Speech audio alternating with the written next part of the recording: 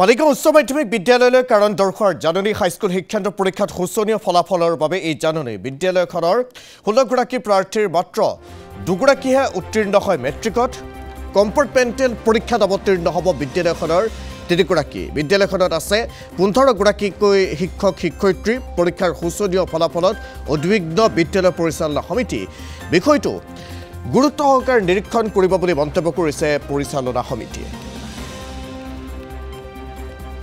পুনৰবাৰ উল্লেখ কৰিছোঁ মালিগাঁও উচ্চ মাধ্যমিক বিদ্যালয়লৈ কাৰণ দৰ্শৰ জাননী ইতিমধ্যে প্ৰেৰণ কৰা হৈছে হাইস্কুল শিক্ষান্ত পৰীক্ষাত শোচনীয় ফলাফলৰ বাবে এই জাননী বিদ্যালয়খনৰ 16 গৰাকী প্ৰাৰ্থীৰ মাত্ৰ 2 গৰাকীহে উত্তীৰ্ণ হয়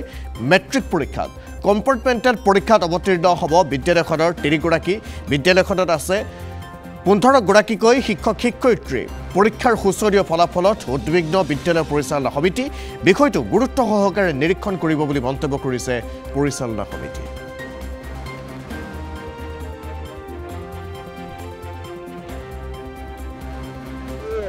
চাব লাগিব আমি পৰিচালনা সমিতিৰ ফালৰ পৰা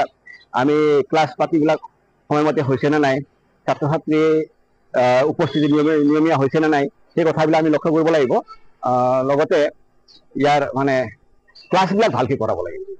এটা নিশ্চয়কৈ এখন কিন্তু আমি চেষ্টা নকৰা নহয় কৰিছোঁ কিন্তু সফলতা লাভ কৰিব পৰা নাই নিশ্চয় ভৱিষ্যতে আমি চেষ্টা কৰি থাকিম সেইটো ক'ব পাৰোঁ ছাত্ৰ ছাত্ৰীসকলৰ কিছু উন্নতি হৈছে কিন্তু আমাৰ ছাত্ৰ ছাত্ৰীসকল যিটো বেকগ্ৰাউণ্ডৰ পৰা আহে স্কুলখনত গতিকে সেই বেকগ্ৰাউণ্ডৰ পৰা ছাত্ৰ ছাত্ৰীসকলক উন্নত বা যিটো মানে শিক্ষাৰ মানগত উন্নত কৰাৰ ক্ষেত্ৰত আমাৰ বিদ্যালয়ৰ কিছু ক্ষেত্ৰত সফল হ'লেও সামগ্ৰিকভাৱে ইয়াৰ মানে ৰাজ্যিক স্তৰৰ যিটো সামগ্ৰিক পৰিৱেশৰ লগত খাপ মানে কিবা কৰিব পৰা নাই ফেৰ মাৰিব পৰা নাই তাৰ কাৰণে আমি দুখিত অঞ্চলবাসীৰ হৈ আৰু স্কুলখনৰ শিক্ষাৰ গুণগত মানদণ্ড উন্নত কৰিবৰ কাৰণে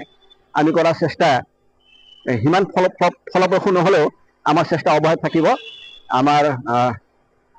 সমগ্ৰ অঞ্চলবাসীৰ ৰাইজ আৰু লগতে শিক্ষক শিক্ষয়িত্ৰীৰ লগতে আমি ইয়াৰ শিক্ষাৰ মানগত গুণ বৃদ্ধি কৰিবৰ কাৰণে চেষ্টা কৰি আছোঁ